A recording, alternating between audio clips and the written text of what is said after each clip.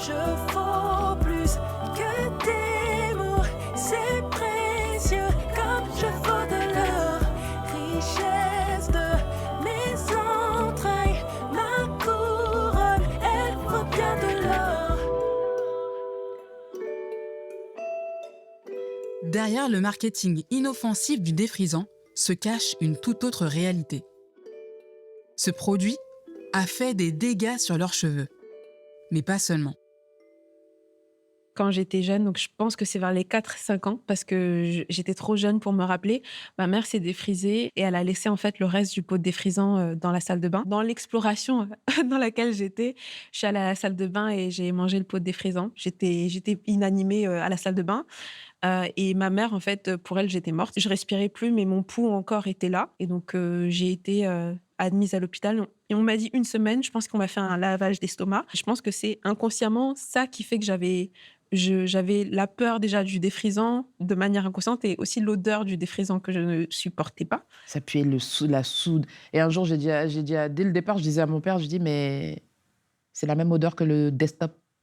Mon père dit, moi je vous ai dit, c'est pas bon, hein. Mais votre mère, elle veut pas m'écouter. Et à chaque fois, il y avait cette odeur de soude. Et à chaque fois que nos lavabos étaient bouchés, on mettait du desktop, c'était la même odeur. Et je me disais, mais on nous met du poison dans les cheveux, en fait. Quand tu le fais et que si tu le laisses trop longtemps, ça commence à te brûler le crâne, tu commences à te dire, ouais, il y a peut-être un souci quand même. C'est bizarre que tu te mettes un truc soi-disant cosmétique et ça te brûle littéralement, brûlé, quoi. Scientifiquement, ça a été prouvé que les composants chimiques qui sont dans le défrisant contiennent énormément de perturbateurs endocriniens et contribuent aussi à créer un sentiment d'addiction. There's a film by Chris Rock called Good Hair. And within that film, there's a can of soda that's placed in relaxer solution, and the relaxer kind of eats the can.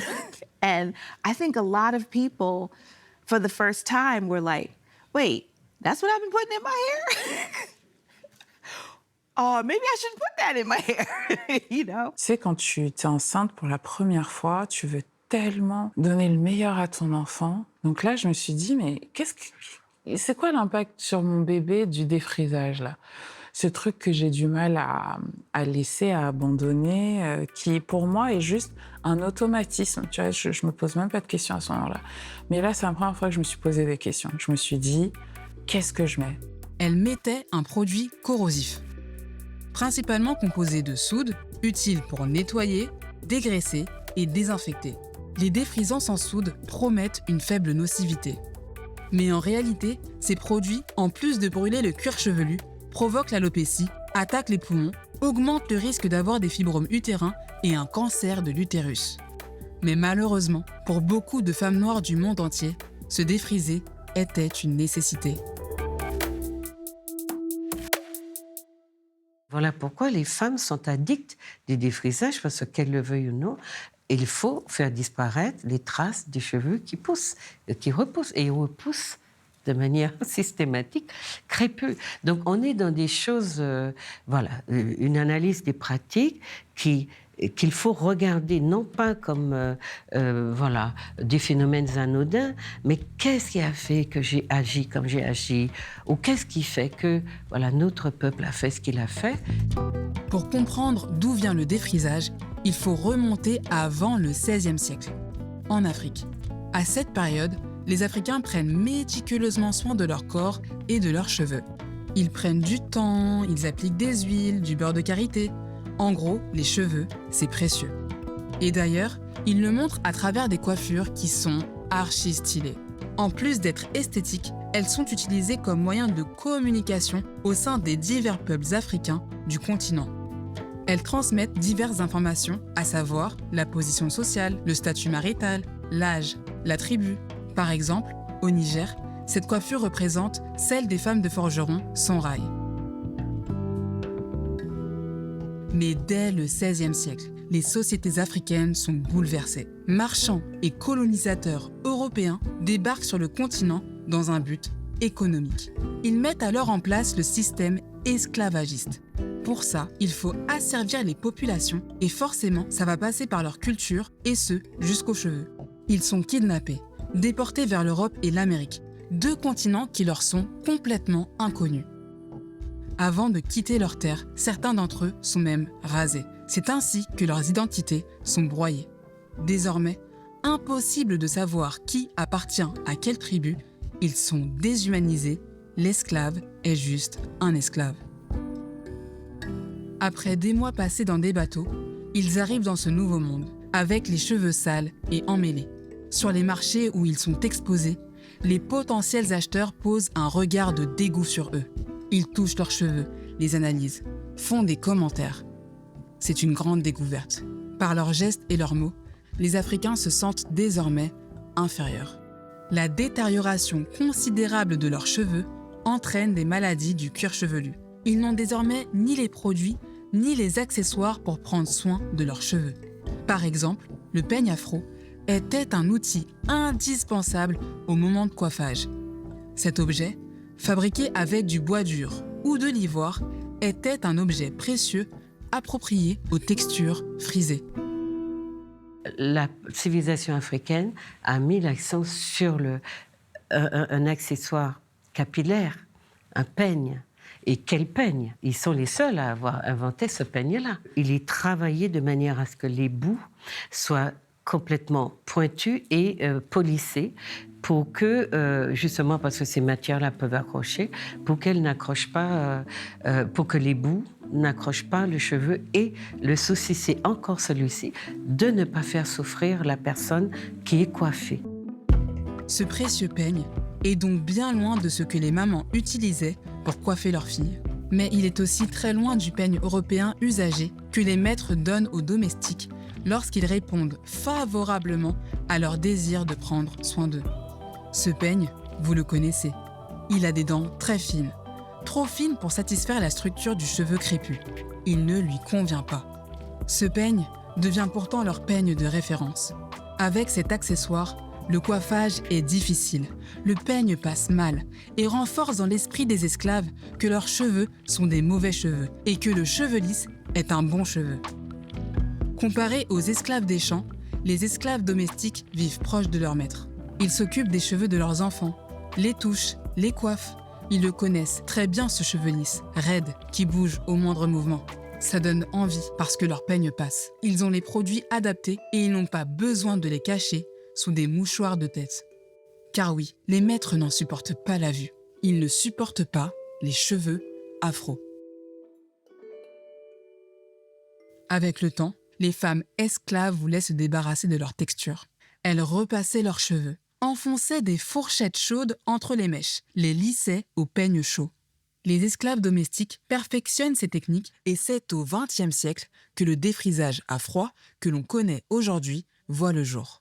Et contrairement à ses ancêtres, ce produit retire définitivement toute frisure.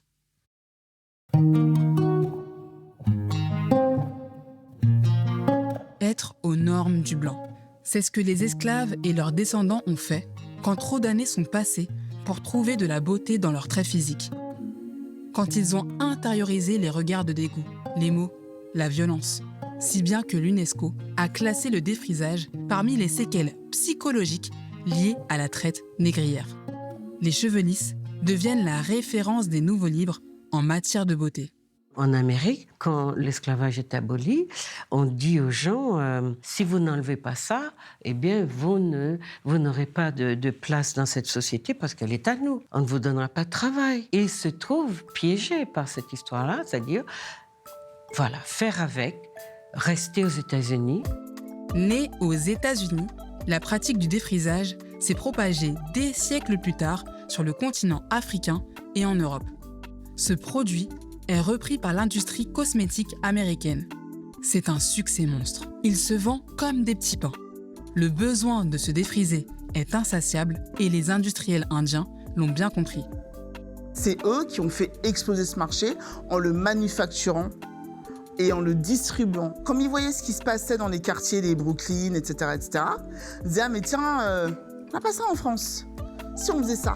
Et c'est donc comme ça que le défrisant se retrouve en France, dans les boutiques afro dites exotiques. Les femmes africaines qui ont immigré découvrent alors une pratique qui leur est inconnue. Ma mère, en arrivant en France, et c'est ce qu'elle m'a dit, hein, elle avait des cheveux plus longs que moi, je tiens à le préciser.